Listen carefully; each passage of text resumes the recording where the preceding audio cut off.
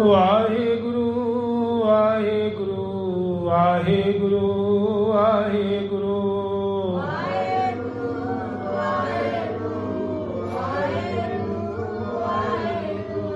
ਵਾਹਿਗੁਰੂ ਵਾਹਿਗੁਰੂ ਵਾਹਿਗੁਰੂ ਵਾਹਿਗੁਰੂ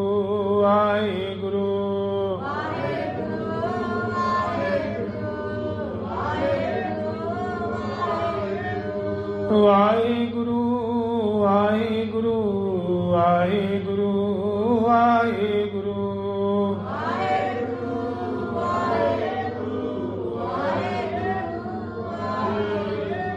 ਵਾਹਿਗੁਰੂ ਵਾਹਿਗੁਰੂ ਵਾਹਿਗੁਰੂ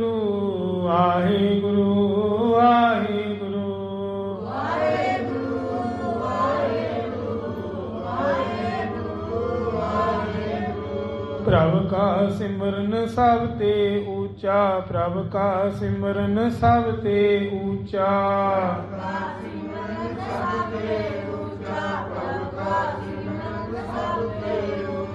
ਸਭ ਤੇ ਊਚਾ ਸਭ ਤੇ ਊਚਾ ਸਭ ਤੇ ਊਚਾ ਸਭ ਤੇ ਊਚਾ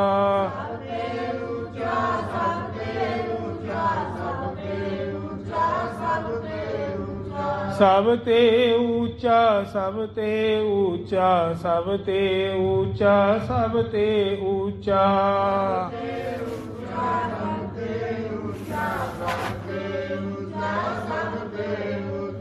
ਵਾਹਿਗੁਰੂ ਵਾਹਿਗੁਰੂ ਵਾਹਿਗੁਰੂ ਵਾਹਿਗੁਰੂ ਵਾਹਿਗੁਰੂ ਵਾਹਿਗੁਰੂ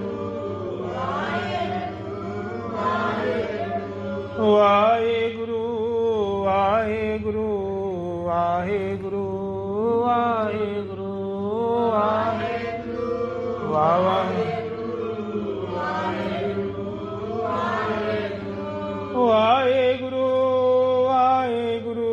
ਵਾਹਿਗੁਰੂ ਵਾਹਿਗੁਰੂ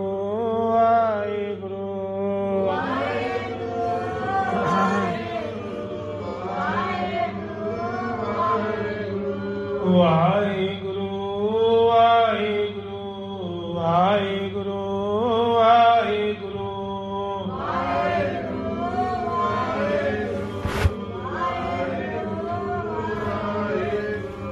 ਵਾਹਿਗੁਰੂ ਜੀ ਕਾ ਖਾਲਸਾ ਵਾਹਿਗੁਰੂ ਜੀ ਕੀ ਫਤਿਹ। ਸੋਰਠ ਮਹੱਲਾ ਨੌਵਾਂ। ਨੌਵੇਂ ਪਾਤਸ਼ਾਹ ਸ੍ਰੀ ਗੁਰੂ ਤੇਗ ਬਹਾਦਰ ਸਾਹਿਬ ਜੀ ਮਹਾਰਾਜ ਅੱਜ ਦੇ ਪਾਵਨ ਹੁਕਮਨਾਮੇ ਸਾਹਿਬ ਮੁੱਖ ਵਾਕ ਅੰਦਰ ਬਖਸ਼ਿਸ਼ਾਂ ਕਰਦੇ ਹੋਏ ਫਰਮਾਉਂਦੇ ਹਨ ਜੀ, ਜੋ ਨਰ ਦੁਖ ਮਾਨੈ ਦੁਖ ਨਹੀਂ ਮਾਨੈ। ਜਿਹੜਾ ਨਰ ਦੁੱਖਾਂ ਤੋਂ ਘਬਰਾਉਂਦਾ ਨਹੀਂ, ਜੇ ਦੁੱਖ ਆ ਵੀ ਗਿਆ ਤੇ ਉਸ ਦੁੱਖ ਨੂੰ ਮੰਨਦਾ ਨਹੀਂ। ਇਹ ਅਵਸਥਾ ਹੁੰਦੀ ਹੈ ਕਿ ਦੁੱਖ ਲੱਗਦਾ ਹੀ, ਦੁੱਖ ਵਿੱਚ ਵੀ ਸ਼ੁਕਰਾਨਾ ਨਿਕਲਦਾ ਹੈ ਪ੍ਰਭੂ ਵਾਸਤੇ। ਸੁਖ ਸਨੇਹ ਆਰ ਭੈ ਨਹੀਂ ਜਾਕੈ ਕੰਚਨ ਮਾਟੀ ਮਾਨੈ। ਸੁਖ ਨਾਲ ਉਹਨੂੰ ਪ੍ਰੇਮ ਨਹੀਂ ਹੈ, ਲਗਾਵ ਨਹੀਂ ਹੈ। ਅਰ ਭੈ ਨਹੀਂ ਜਾਕੈ, और किसी गल का भै भी नहीं है। आखो सतनाम श्री, डर भी मुक्या। कंचन माटी आने, सोने नो कंचन क्या गया, सोने सोने नो मिट्टी दे समान मनता है जी। मिट्टी है पैसा सोना माया, इहदे विच तां लगाव नहीं है, उपरों उपरों वरत रहा है। पर जिस तरह मिट्टी धरती ते पई है उसके बराबर वो सोना उस बराबर है। आखो सतनाम श्री वाहिगुरू। ये अवस्था है। देखो श्री गुरु तेग बहादुर साहब महाराज सानू ज्ञान करा रहे हैं किस अवस्था दे विच जाना है। ਰਾਹੋ ਨਹਿ ਨਿੰਦਿਆ, ਉਹਨੂੰ ਨਿੰਦਿਆ ਵੀ ਨਹੀਂ ਲੱਗਦੀ। ਕੋਈ ਉਹਦੀ ਨਿੰਦਿਆ ਕਰਦਾ ਰਹੇ ਬਾਹਰ ਖੜ ਕੇ, ਕੋਈ ਨਿੰਦਿਆ ਉਹਨੂੰ ਭਾਉਂਦੀ ਨਹਿ ਉਸਤਤ, ਜੇ ਕੋਈ ਉਸਦੀ ਵਡਿਆਈਆਂ ਕਰ ਰਿਹਾ ਹੈ, ਜੇ ਉਹਨੂੰ ਚੰਗਾ ਕਹਿ ਰਿਹਾ ਹੈ, ਉਹਦੀ ਉਸਤਤੀ ਹੋ ਰਹੀ ਹੈ ਜਗ੍ਹਾ ਤੇ। ਜਾ ਕੈ ਲੋਭ ਮੋਹ ਅਭਿਮਾਨਾ, ਨਾ ਉਹਦੇ ਅੰਦਰ ਕੋਈ ਲੋਭ ਹੈ, ਨਾ ਉਹਦੇ ਅੰਦਰ ਮੋਹ ਹੈ। ਮੋਹ ਹੁੰਦਾ ਬੱਚਿਆਂ ਦਾ, ਕਿਸੇ ਵੀ ਚੀਜ਼ ਦਾ ਮੋਹ ਕਰਨਾ ਭੈੜਾ ਹੈ। ਅਭਿਮਾਨਾ, ਨਾ ਉਹਦੇ ਵਿੱਚ ਅਭਿਮਾਨ ਹੈ ਕਿ ਮੇਰੇ ਵਰਗਾ ਕੋਈ ਨਹੀਂ। ਅਭਿਮਾਨ ਨੂੰ ਕਹਿੰਦੇ ਆ ਜਿਹੜੇ ਇਹ ਗੱਲ ਆਖਦੇ ਹਨ ਕਿ ਮੈਂ ਚੰਗਾ ਹਾਂ, ਮੈਂ ਜੋ ਕਹਿ ਰਿਹਾ ਠੀਕ ਕਹਿ ਰਿਹਾ, ਉਹਨੂੰ ਅਭਿਮਾਨ ਕਿਹਾ ਜਾਂਦਾ, ਹਉਮੈ ਕਹਿੰਦੇ। ਉਹਦੀ ਇੱਕ ਖਾਸੀਅਤ ਦੱਸੀ ਹੈ ਕਿ ਨਾ ਅਭਿਮਾਨ ਨਾ ਹੋਏਗਾ ਉਹਦੇ ਅੰਦਰ। ਹਰਖ ਸੋਗ ਤੇ ਰਹਿ ਨਿਆਰੋ, ਨਾ ਉਹਨੂੰ किसी प्रकार का दुख लगता है, ना बेइज्जती महसूस होती। इन दोनों गल्लां तो नियारा ही है। ना ये मान अपमाना, जे उन्हें मान मिल रहा है तो तां भी खुश नहीं होता, बहुते सुख आ गए तां भी खुशी नहीं। जे अपमान हो गया, उसकी बेइज्जती करती किसी ना, तां भी उन्होंने अपमान नहीं लगता शरीर। आखो सतनाम श्री वाहिगुरू। देखो किन्नी उच्ची गल ते गल हो रही है इस टाइम, हाई लेवल की जिन्होंने कहते पढ़ाई गुरु तेग बहादुर जी। ये सिर्फ करनी सौखी है कथा, कभी सोचो ये अवस्था लियानी बड़ी औखी है। कोई तुहानू गालां कढ़ जे बाहर, कोई तुहाडी बेइज्जती करे तो तुसीं खै पाओगे उन्होंने उसी वक्त फड़ लोगे। ये अवस्था तो जाने ही सोचते भी बड़ी भक्ति चाहिए, बड़ी निमरता चाहिए जी। अपमान कोई तुहाडा कर दे, बेइज्जती कर दे, तुहानू लगे ना, तुहानू बेइज्जती महसूस ही ना होवे। आसा मनसा सगल त्यागै, कोई आस नहीं। कई कहते ना ए बाबा जी मेरी अरदास ये कल करनी है, नहीं उहदे विच नहीं आएगी। कहता मैं नहीं कुछ मंगना, मैं कुछ नहीं मंगना, मेरी तो एक कोई बेनती है महाराज, जो तेरा भाना है ਉਹਦੇ ਅੰਦਰ जो हो रहा है वो चंगा ही हो रहा है। तैनू पता है कि मेरा ये फायदा है। इनू कहते आसा मनसा, कोई मंदी कोई इच्छा भी है ना, सगल त्याग है, सारा कुछ त्यागता उन्हें जींदे जी, कोई शौक नहीं रहा। जग ते रहा निराशा, इस जग दे विच भी रहिंदा है पर निराश होके रहिंदा है, उदास रहता, हर वक्त विराग विच रहता है। उन्होंने जग सुपने मात्र महसूस हो रहा है, उन्होंने जग सच्चा नहीं झूठ नजर आ रहा। जीवना झूठ ते मरना सच नजर आ रहा है, जो गुरु नानक देव जी ने प्रश्न करवाया सी मरदाने जी ने।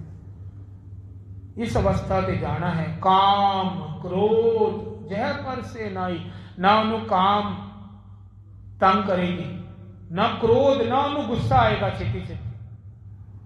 जय पर से नाइन तैं घट ब्रह्म निवासा, ऐसे गुरमुख प्यारे शरीर के अंदर घट के अंदर ब्रह्म का निवास हो जाता है। आखो सतनाम श्री वाहिगुरू। ये उपर दी सारी रूल यानी मर्यादा दसी है शरीरिक। इदा करोगे तां जाके नाम ठहरेगा। जो तुसीं जपिया ना, ये हृदय क्यों नहीं वसदा, खाली उपरों उपरों रसना तो क्यों जपते हैं असी। जिस दिन हृदय बैठ गया ना, मेरा तेरा खत्म ही हो जाएगा। बैरी नीतिक समान लग्या करनगे, ना कोई बेगाना लगेगा, अपना पराया दूर हो जाएगा। आखो सतनाम श्री। सारा संसार एक रब का रूप नजर आना शुरू हो जाएगा। ब्रह्म निवासा गुर कृपा जय नर को कीनी, तैं ए जुगत पछानी। जिहदे उपर गुरु की कृपा होएगी ना, जिस नर उपर, वो ये जुगती पहचान करेगा। जिहड़ी जुगतियां दसियां है श्री गुरु तेग बहादुर जी ने बाणी अंदर, ते कहंदे ये जिहड़ी जुगती की पहचान करेगा, पहचान जिन्हों कहंदे मैं पहचान ली गल, हुण उहदी पहचान कर लेगा। नानक लीन पयो गोबिंद सिंह। नानक जी कहते हैं ਉਹ ਇਨਸਾਨ ਇਸ ਤਰ੍ਹਾਂ ਲੀਨ ਹੋ ਜਾਏਗਾ, ਗੋਬਿੰਦ ਦੇ ਨਾਲ ਜਿਉ ਪਾਣੀ ਸੰਗ ਪਾਣੀ। ਪਾਣੀ ਦੇ ਅੰਦਰ ਆਪ ਜੀ ਦਰਿਆ ਸਮੁੰਦਰ ਅੰਦਰ ਪਾਣੀ ਦੀ ਨਦੀ ਜਾ ਰਹੀ ਹੈ, ਕਿੰਨੇ ਲੰਬੀ ਨਦੀ ਹੈ, ਜਮਨਾ ਨਦੀ, ਗੰਗਾ। ਜਾ ਕੇ ਇੱਕ ਦਿਨ ਉਹਦਾ ਪਾਣੀ ਦੇ ਵਿੱਚ ਹੀ ਮਿਲਾਪ ਹੋ ਜਾਂਦਾ। ਆਖੋ ਸਤਨਾਮ ਸ਼੍ਰੀ ਵਾਹਿਗੁਰੂ। ਇਸੇ ਤਰ੍ਹਾਂ ਜਿਹੜਾ ਗੁਰਮੁਖ ਪਿਆਰਾ ਇਸ ਤਰ੍ਹਾਂ ਚੱਲੇਗਾ, ਇਸ ਮਰਿਆਦਾ ਨਾਲ ਚੱਲੇਗਾ ਜੀਵਨ ਵਿੱਚ, ਉਸੇ ਤਰ੍ਹਾਂ ਰੱਬ ਦੇ ਵਿਛੜੇ ਹੋਏ ਰੱਬ ਦੇ ਵਿੱਚ ਜਾ ਕੇ ਮਿਲ ਜਾਂਦੇ ਆ। ਆਖੋ ਸਤਨਾਮ ਸ਼੍ਰੀ ਵਾਹਿਗੁਰੂ। ਪਾਣੀ ਵਰਗਾ, ਜਿਸ ਤਰ੍ਹਾਂ ਭੇਦ ਇਹਨੂੰ ਕਹਿੰਦਾ, ਭੇਦ ਪੁਰਖ, ਹਰ ਜਨ ਦੋਈ ਏਕ ਹੈ। ਜਿਹੜਾ ਹਰੀ ਦਾ ਜਨ ਹੈ ਨਾ, ਉਹ ਰੱਬ ਵਰਗਾ ਹੀ ਹੋ ਜਾਂਦਾ ਹੈ, ਉਹਦੇ ਵਿੱਚ ਕੋਈ ਫਰਕ ਨਹੀਂ ਰਹਿੰਦਾ। ਰਹਿਰਾਸ ਸਾਹਿਬ ਵਿੱਚ ਇਹ ਤੁਕਾਂ ਆਉਂਦੀਆਂ ਸ਼ਾਮ ਦੀ ਬਾਣੀ ਕਿ ਹਰੀ ਦੇ ਜਨਾਂ ਵਿੱਚ ਤੇ ਪਰਮੇਸ਼ਵਰ ਵਿੱਚ ਫਰਕ ਤਾਂ ਹੀ ਨਹੀਂ ਰਹਿੰਦਾ ਕਿਉਂਕਿ ਇਹ ਜਿਹੜੇ ਦੱਸੇ ਗਏ ਅੱਜ ਤੁਹਾਨੂੰ ਮਰਿਆਦਾ, ਇਸ ਤਰ੍ਹਾਂ ਜੀਵਨ ਗੁਜ਼ਾਰਦੇ ਹਨ। ਉਹਨਾਂ ਨੂੰ ਅਪਮਾਨ ਛੂੰਹਦਾ ਨਹੀਂ, ਨਿੰਦਿਆ ਉਸਤਤ, ਉਹਨਾਂ ਦੀ ਉਸਤਤੀ ਕਰ ਲਓ, ਨਿੰਦਿਆ ਕਰ ਲਓ, ਉਹਨਾਂ ਨੂੰ ਕੋਈ ਫਰਕ ਨਹੀਂ ਪੈਂਦਾ। ਉਹ ਆਪਣੇ ਨਾਮ ਵਿੱਚ ਮਸਤ ਹੈ। ਉਹ ਸਿਰਫ ਔਰ ਸਿਰਫ waste, no time waste, only ਸੇਵਾ ਤੇ ਸਿਮਰਨ ਵਧਾ ਲਿਆ ਉਹਨਾਂ ਨੇ। ਨਹੀਂ ਇੰਟਰਸਟ ਉਹਨਾਂ ਨੂੰ ਕਿਸੇ ਨਾਲ ਗੱਲਬਾਤ ਕਰਨ ਦਾ, ਕੋਈ ਸ਼ੌਕ ਹੀ ਨਹੀਂ ਰਿਹਾ। ਉਹ ਕਹਿੰਦੇ ਨਾਮ ਦੀ ਗੱਲ ਕਰ ਲੈ ਭਾਈ ਜੇ ਕੋਲ ਬਹਿਣਾ 5 ਮਿੰਟ, ਵਰਨਾ ਮੇਰੇ ਤੋਂ ਦੂਰੀ ਬਣਾ ਲੈ। ਆਖੋ ਸਤਨਾਮ ਸ਼੍ਰੀ ਵਾਹਿਗੁਰੂ। ਕੋਈ ਕਹਿ ਦੇਗਾ ਐਸੀ ਗੱਲ? ਇਹ ਬੇਪਰਵਾਹ ਹੁੰਦੇ ਮਹਾਂਪੁਰਸ਼। ਇਹ ਤੁਹਾਨੂੰ ਨਾ ਅੱਖਾਂ 'ਚ ਅੱਖਾਂ ਪਾ ਕੇ ਐਸਾ ਮਤਲਬ ਕਹਿ ਦੇਣਗੇ ਨਾ ਮੂੰਹ ਤੇ ਸੱਚੀ ਖਰੀ ਗੱਲ ਕਿ ਭਾਈ ਜੇ ਸਾਡਾ ਸਮਾਂ ਖਰਾਬ ਕਰਨਾ ਹੈ ਤੇ ਗੁਰਮੁਖ ਪਿਆਰਿਆ ਤੂੰ ਆਪਣੇ ਘਰ ਜਾ ਸਕਦਾ ਹੈ। ਜੇ ਤੈਨੇ ਬੰਦਗੀ ਦੀ ਗੱਲਾਂ ਕਰਨੀ ਹੈ, ਮੇਰੇ ਨਾਲ ਵਿਚਾਰ ਕਰਨੀ ਹੈ, ਤੇ ਜ਼ਰੂਰ 5 ਮਿੰਟ ਦੀ ਜਗ੍ਹਾ 10 ਮਿੰਟ ਵੀ ਬੈਠਾ ਰਹਿ, ਅੱਧਾ ਘੰਟਾ ਵੀ ਬੈਠਾ ਰਹਿ, ਪਰ ਨਾਮ ਦੀ ਗੱਲ ਕਰੀ। ਇਹ ਨਾਮ ਐਸੀ ਅਨਮੋਲਕ ਦਾਤ ਹੈ, ਮਹਾਂਪੁਰਸ਼ਾਂ ਨੂੰ ਇਸ ਗੱਲ ਦੀ ਸੋਝੀ ਹੁੰਦੀ ਹੈ ਜੀ। ਆਓ ਅੱਜ ਦੀ ਵਿਚਾਰ ਆਰੰਭ ਕਰੀਏ। ਜੋ ਗੁਰੂ ਸੇਵਾ ਲੈਣ, ਜੋ ਕਥਾ ਆਪ ਜੀ ਦੀ ਸਾਂਝ ਕੀਤੀ ਜਾਂਦੀ ਹੈ ਰੋਜ਼ਾਨਾ ਦਰਬਾਰ ਵਿੱਚ, ਉਸ ਕਥਾ ਦੇ ਨਾਲ ਜੁੜੀਏ। ਇੱਕ ਵਾਰ ਗੁਰੂ ਗੋਬਿੰਦ ਸਿੰਘ ਜੀ ਮਹਾਰਾਜ ਤੰਬੂ ਦੇ ਬਾਹਰ ਬਾਬਾ ਜੀ ਅੰਦਰ ਨਿਤਨੇਮ ਕਰਦੇ ਸਨ ਤੇ ਬਾਹਰ 4 ਪਹਿਰੇਦਾਰ ਪਹਿਰਾ ਦਿੰਦੇ ਸਨ। ਇਹ ਆਪ ਜੀ ਨੇ ਕਥਾ ਸੁਣੀ ਹੋਈ ਹੈ, ਪਰ ਅੱਜ ਧਿਆਨ ਨਾਲ ਸੁਣਨਾ। ਹਾਜ਼ਰ ਗੈਰ ਹਾਜ਼ਰ, ਗੈਰ ਹਾਜ਼ਰ ਹਾਜ਼ਰ, ਬਾਬਾ ਜੀ ਨੇ ਇਹ ਬਚਨ ਇੱਥੇ ਸੁਣਾਏ ਸੀ। ਉਹ ਕਿਉਂ ਸੁਣਾਏ ਸੀ? ਪਹਿਰੇਦਾਰ ਬਾਹਰ ਖੜੇ ਤੇ ਪਹਿਰਾ ਦੇ ਰਹੇ ਸਨ। ਨੇੜੇ ਹੀ ਕੁਝ ਦੂਰੀ ਤੇ ਬਹੁਤ ਵੱਡਾ ਮੇਲਾ ਲੱਗ ਗਿਆ, ਸ਼ਹਿਰ ਦਾ, ਨਗਰ ਦਾ ਮੇਲਾ ਜਿਹਨੂੰ ਕਹਿੰਦੇ, ਜਿੱਥੇ ਖੇਲ ਤਮਾਸ਼ੇ ਹੁੰਦੇ, ਬੱਚੇ ਸਾਰੇ ਜਾਂਦੇ। ਸਿੱਖ ਉਸ ਵੇਲੇ ਵਿੱਚ ਘੁੰਮਣ ਫਿਰਨ ਵਾਸਤੇ ਮਨ ਇੱਛਾ ਧਾਰੀ ਹੈ ਸਿੱਖਾਂ ਨੇ। ਜਿਹੜੇ ਪਹਿਰੇਦਾਰ 4 ਸੀ ਨਾ, 2 ਕਹਿੰਦੇ 2 ਜਾਵਾਂਗੇ ਤੇ ਗੁਰੂ ਜੀ ਦਾ ਪਹਿਰਾ ਵੀ ਚੱਲਦਾ ਰਹੇਗਾ ਤੇ ਵਾਰੀ-ਵਾਰੀ ਹੋਵਾਂਗੇ। ਹੁਣ 2 ਤਾਂ ਚਲੇ ਗਏ, 2 ਖੜ ਗਏ, ਘੁੰਮਣ ਚਲੇ ਗਏ। 2 ਸਿੱਖ ਪਹਿਰਾ ਦਿੰਦੇ ਰਹੇ। ਹੁਣ ਜਿਹੜੇ ਸਿੱਖ ਪਹਿਰਾ ਦੇ ਰਹੇ ਸਨ ਨਾ, ਉਹਨਾਂ ਦਾ ਖਿਆਲ ਮੇਲੇ ਵਿੱਚ ਚਲਾ ਗਿਆ। ਆਖੋ ਸਤਨਾਮ ਸ਼੍ਰੀ ਵਾਹਿਗੁਰੂ। ਉਹ ਸੋਚਦੇ ਹਨ, ਜਿਸ ਤਰ੍ਹਾਂ ਅਸੀਂ ਇਹ ਦਰਬਾਰ ਹੀ ਬੈਠੇ ਹਾਂ, ਕਥਾ ਨਹੀਂ ਸੁਣ ਰਹੇ, ਅਸੀਂ ਇਹ ਸੋਚ ਰਹੇ ਹਾਂ ਕਿ ਬਾਹਰ ਕੀ ਹੋ ਰਿਹਾ। ਇਹਨੂੰ ਕਹਿੰਦੇ ਖਿਆਲਾਤ। ਹੁਣ ਉਹ ਖਿਆਲਾਤ ਦੇ ਜਰੀਏ ਮੇਲੇ ਵਿੱਚ ਪਹੁੰਚ ਗਏ। ਉਹਨਾਂ ਨੇ ਆਪਣੀ ਸੋਚ ਬਣਾ ਲਈ ਕਿ ਮੇਲੇ ਅੰਦਰ ਇਹ ਹੋ ਰਿਹਾ ਹੋਣਾ। ਉਹ ਦੋਨੋਂ ਪਹੁੰਚ ਗਏ ਹੋਣੇ। ਹੁਣ ਕੀ ਹੋਇਆ?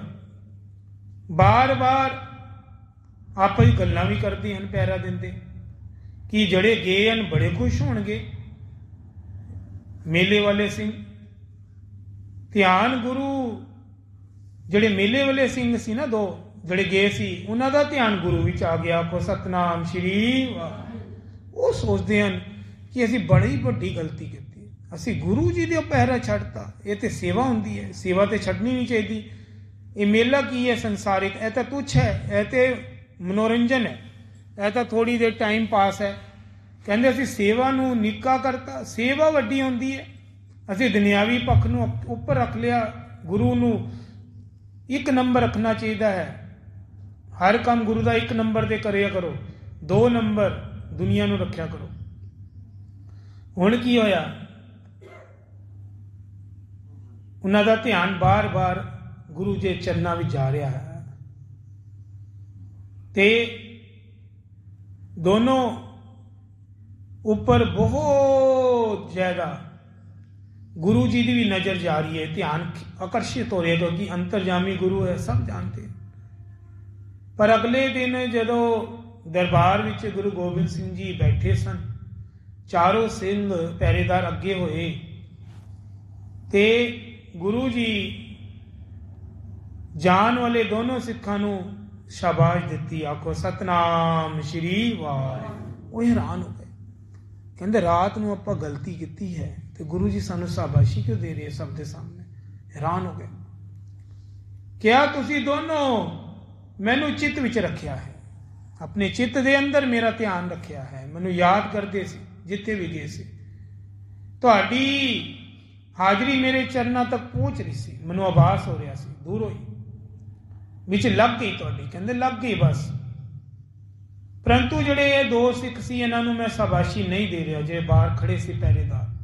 कहंदे क्यों जी, कहेंगे ये शरीर करके हाजिर सी, मन करके गैर हाजिर सन, इन्हां दा बैठिया खड़ा होना एक बराबर हो गया, क्योंकि ये हाजिर ही नहीं सी, इस करके तुहाडा लग गया। आखो सतनाम श्री वाहिगुरू। देखो गुरु महाराज किस तरह ज्ञान की गल करते।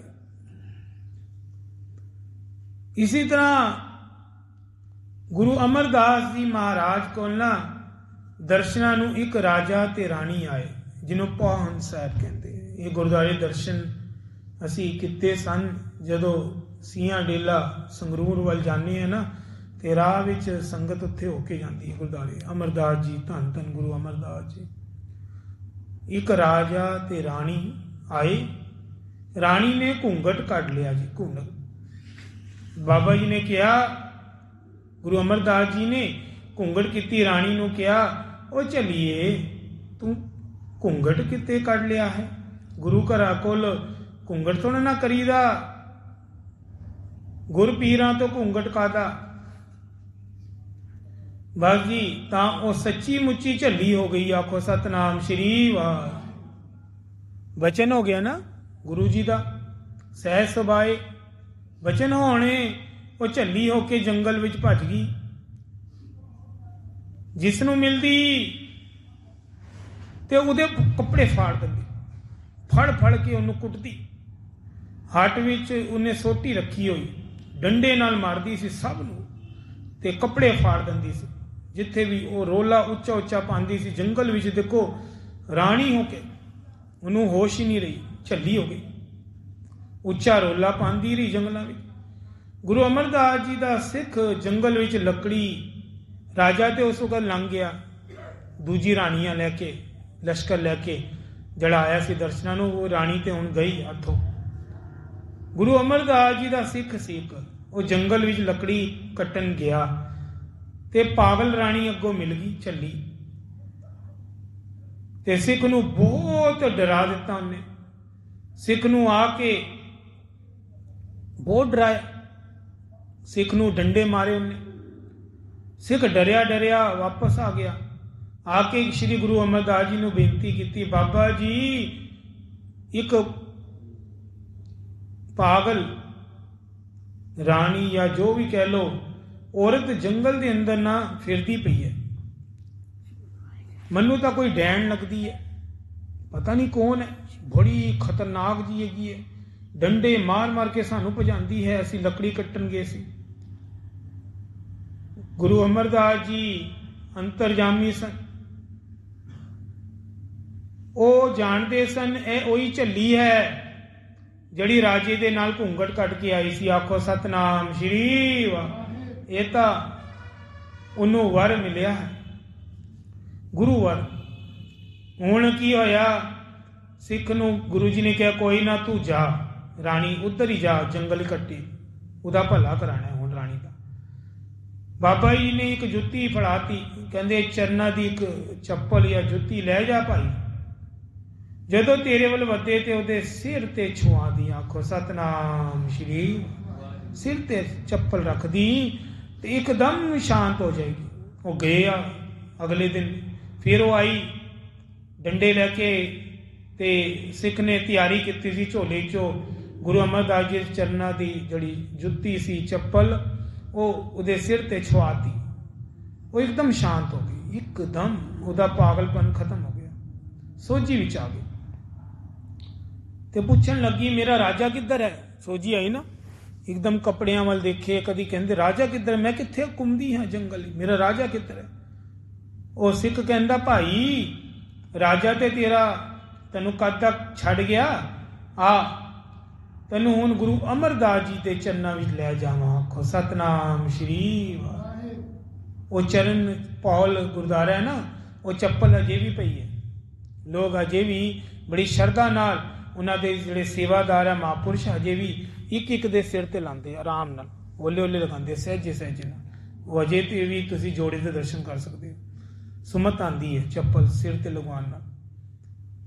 ਹੁਣ ਲੈ ਗਿਆ ਸਿੱਖ ਗੁਰੂ ਅਮਰਦਾਸ ਜੀ ਕੋਲ, ਦੂਰੋਂ ਆਂਦੇ ਦੇਖ ਕੇ ਨਾ ਬਚਨ ਕਰਤਾ ਬਾਬਾ ਜੀ ਨੇ ਦੂਜਾ।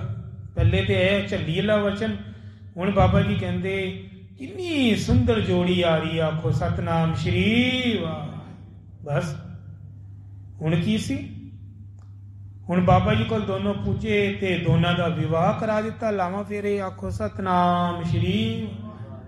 ਦੇਖੋ ਗੁਰੂ ਦੇ ਬਚਨਾਂ ਵਿੱਚ ਮਿਹਰ ਹੋਣੀ ਚਾਹੀਦੀ ਹੈ। ਪਹਿਲੇ ਝੱਲੀ ਬਣਾਤਾ ਤੇ ਹੁਣ ਉਹ ਰਾਜੇ ਦੀ ਰਾਣੀ ਨੂੰ ਹੁਣ ਸਿੱਖ ਨਾਲ ਵਿਆਹ ਵੀ ਕਰਵਾ ਰਹੇ ਹਨ, ਜੋੜੀ ਬਣਾਤੀ ਨੇ। ਦੋਨਾਂ ਦਾ ਵਿਵਾਹ ਹੋਇਆ ਜੀ ਉੱਧਰ ਉਸੇ ਸਥਾਨ ਤੇ। ਦੋਨੋਂ ਧਰਮ ਪ੍ਰਚਾਰ ਵਿੱਚ ਲਾਤੇ, ਉਹਨਾਂ ਨੂੰ ਮੰਜੀ ਬਖਸ਼ੀ ਬਾਬਾ ਜੀ ਨੇ। ਤੇ ਜੋੜਾ ਕਹਿੰਦੇ ਸਿਰ ਦੇ ਨਾਲ ਜਿੱਦਾਂ ਜਿੱਦਾਂ ਸੰਗਤਾਂ ਨੂੰ ਛੁਆਓਗੇ ਉਹਨੂੰ ਵਿਵੇਕ ਬੁੱਧ ਤੇ ਸੁਮਤ ਪ੍ਰਾਪਤ ਹੋਏਗੀ। ਆਖੋ ਸਤਨਾਮ ਸ਼੍ਰੀ ਵਾਹ। ਸੂਝੀ ਆਏਗੀ ਗੁਰਮਤਿ ਦੀ। ਉਹਦਾ ਜਿਹੜਾ ਅਸਲੀ ਝੱਲਾ ਪੰਨਾ ਹੈ ਨਾ ਦੁਨੀਆ ਦੇ ਵਿੱਚ ਜਿਹੜਾ ਫਿਰਦਾ ਹੈ ਬੇਪਰਵਾਹੀ ਨਾਲ, ਮੌਤ ਦੀ ਚਿੰਤਾ ਨਹੀਂ, ਉਹਦਾ ਖਤਮ ਹੋ ਜਾਏਗਾ। ਇਹਨ ਗੁਰਦੁਆਰਿਆਂ ਵਿੱਚ ਜਾ ਕੇ ਬਖਸ਼ਿਸ਼ਾਂ ਮੰਗਿਆ ਕਰੋ। ਇਹ ਜੋੜਾ ਕਦੀ ਕਦੀ ਦਰਸ਼ਨ ਹੁੰਦਾ ਜੀ, ਕਿੰਨੀ ਦੂਰ ਹੈ ਪਿੰਡਾਂ 'ਚ, ਪਰ ਜਦੋਂ ਜਾਓ ਤੇ ਪੂਰਾ ਲਾਭ ਲੈ ਕੇ ਆਓ। ਗੁਰਸਿੱਖ ਸ਼ਰਧਾ ਬਣਾ ਲੇ, ਭਾਵਨਾ ਬਣਾ ਲੇ, ਮਹਾਰਾਜ ਅਸੀਂ ਵੀ ਉਸ ਝੱਲੀ ਰਾਣੀ ਤੋਂ ਘੱਟ ਥੋੜਾ ਨਾ। ਅਸੀਂ ਦੁਨੀਆਦਾਰੀ ਵਿੱਚ ਪੂਰੇ ਟ੍ਰੇਨਡ ਹਾਂ ਗੱਲਬਾਤ ਵਿੱਚ, ਪਰ ਗੁਰਮਤਿ ਦੇ ਅੰਦਰ ਜ਼ੀਰੋ ਹਾਂ। ਗਿਆਨ ਦੀ ਗੱਲ ਸਾਡੇ ਮੂੰਹ ਨਿਕਲਦੀ ਨਹੀਂ, ਤੇ ਸਾਨੂੰ ਗਿਆਨ ਦੀ ਗੱਲ ਕਰਨੀ ਆਵਾਜ਼ ਹੈ ਕਿਸੇ ਨਾਲ, ਕਿਸੇ ਗੁਰਸਿੱਖ ਨਾਲ ਬਹਿਣਾ ਉੱਠਣਾ ਆ ਜਾਣ, ਕਿਸੇ ਸੰਤਾਂ ਮਹਾਂਪੁਰਸ਼ਾਂ ਨਾਲ ਬਚਨ ਕਰਨੇ ਆ ਜਾਣ। ਸਾਨੂੰ ਇਹ ਸੋਝੀ ਬਖਸ਼ੋ ਮਹਾਰਾਜ। ਇਸ ਸਥਾਨਾਂ ਦੀ ਬਰਕਤਾਂ ਅੱਜ ਵੀ ਮੈਂ ਕਹਿੰਦਾ ਝੋਲੀ ਭਰਨ ਜਾਓਗੇ, ਅੱਜ ਵੀ ਤੁਹਾਡੀ ਝੋਲੀ ਭਰੇਗੀ। ਆਖੋ ਸਤਨਾਮ ਸ਼੍ਰੀ ਵਾਹਿਗੁਰੂ। ਦੁੱਖ ਨਿਵਾਰਨ ਸਾਹਿਬ ਜਾਓ ਨਾ ਤੇ ਸਰੋਵਰ ਦੇ ਇਸ਼ਨਾਨ ਦਾ ਮਹੱਤਮ ਲਿਖਿਆ ਹੋਇਆ ਹੈ। ਸ਼੍ਰੀ ਹੁਕਮਨਾਮੇ ਸਾਹਿਬ ਜੀ ਦੇ ਦਰਸ਼ਨਾਂ ਦਾ ਮਹੱਤਮ ਲਿਖਿਆ ਹੈ। ਜੋ ਹੁਕਮਨਾਮੇ ਕੇ ਦਰਸ਼ਨ ਪਾਏਗਾ ਸੋ ਮੇਰੇ ਦਰਸ਼ਨ ਪਾਏਗਾ। ਇਹ ਗੁਰੂ ਜੀ ਨੂੰ ਉਹ ਵਾਰ ਹੈ, ਉਹਨੂੰ ਲੱਗੇਗਾ ਜਿਹੜਾ ਸ਼ਰਧਾ ਬਣਾ ਕੇ ਜਾਏਗਾ। ਜਿਹੜਾ ਕਹੇਗਾ ਮੈਂ ਤੇ ਰੂਟੀਨ ਨਾਲ ਜਾ ਰਿਹਾ, ਨਿਸ਼ਾਨ ਸਾਹਿਬ ਤੇ ਮੱਥਾ ਟੇਕ ਲਿਆ, ਹੁਣ ਹੁਕਮਨਾਮੇ ਤੇ ਜਾ ਰਿਹਾ ਹਾਂ, ਭਾਈ ਇਹ ਸ਼ਰਧਾ ਥੋੜਾ ਨਾ ਹੈ। ਸ਼ਰਧਾ ਤੇ ਮਨ ਤੋਂ ਬਣਾਣੀ ਹੈ, ਭਾਵ ਤੇ ਭਾਵਨਾ ਬਣਾਓ, ਉਹੀ ਫਲ ਤੁਹਾਨੂੰ ਪ੍ਰਾਪਤ ਹੋ ਜਾਣਗੇ ਜੋ ਬਾਬਾ ਜੀ ਨੇ ਵਰ ਦਿੱਤੇ ਪਏ ਸਥਾਨਾਂ ਨੂੰ। ਫਿਰ ਇਸ਼ਨਾਨ ਕਰੋ ਜਾ ਕੇ ਸਰੋਵਰ 'ਚ, ਜਪਜੀ ਸਾਹਿਬ ਕਰੋ ਅੰਦਰ ਸਰੋਵਰ ਦੇ ਵਿੱਚ ਬੈਠ ਕੇ, ਚੌਪਈ ਸਾਹਿਬ ਦਾ ਪੂਰਾ ਪਾਠ ਕਰ ਲਓ। ਕੀ ਫਰਕ ਪੈਂਦਾ?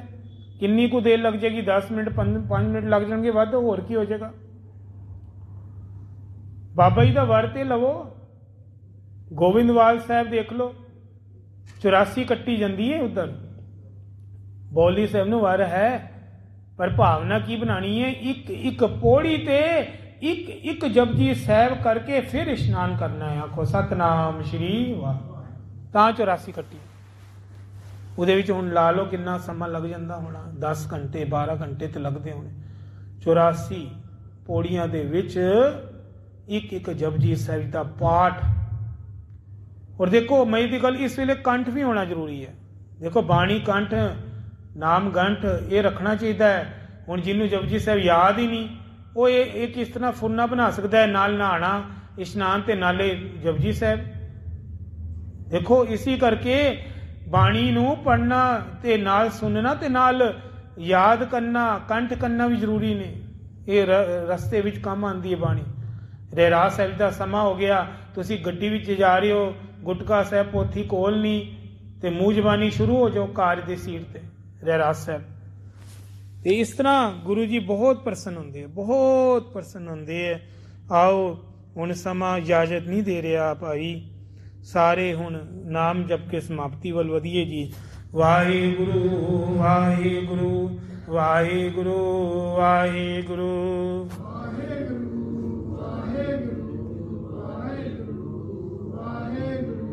ਧੰਨ ਸ਼੍ਰੀ ਗੁਰੂ ਗ੍ਰੰਥ ਸਾਹਿਬ ਜੀ, ਧੰਨ ਸ਼੍ਰੀ ਗੁਰੂ ਗ੍ਰੰਥ ਸਾਹਿਬ ਜੀ।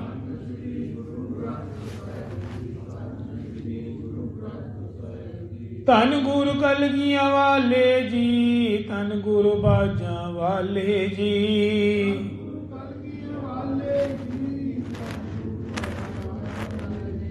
ਧੰਨ ਗੁਰੂ ਗੋਬਿੰਦ ਸਿੰਘ ਸਾਹਿਬ, ਧੰਨ ਗੁਰੂ ਗੋਬਿੰਦ ਸਿੰਘ ਸਾਹਿਬ।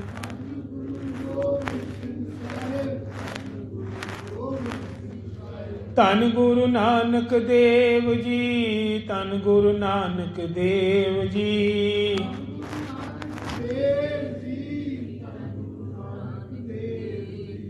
ਧੰਨ ਗੁਰੂ ਅਮਰਦਾਸ ਜੀ, ਧੰਨ ਗੁਰੂ ਅਮਰਦਾਸ ਜੀ।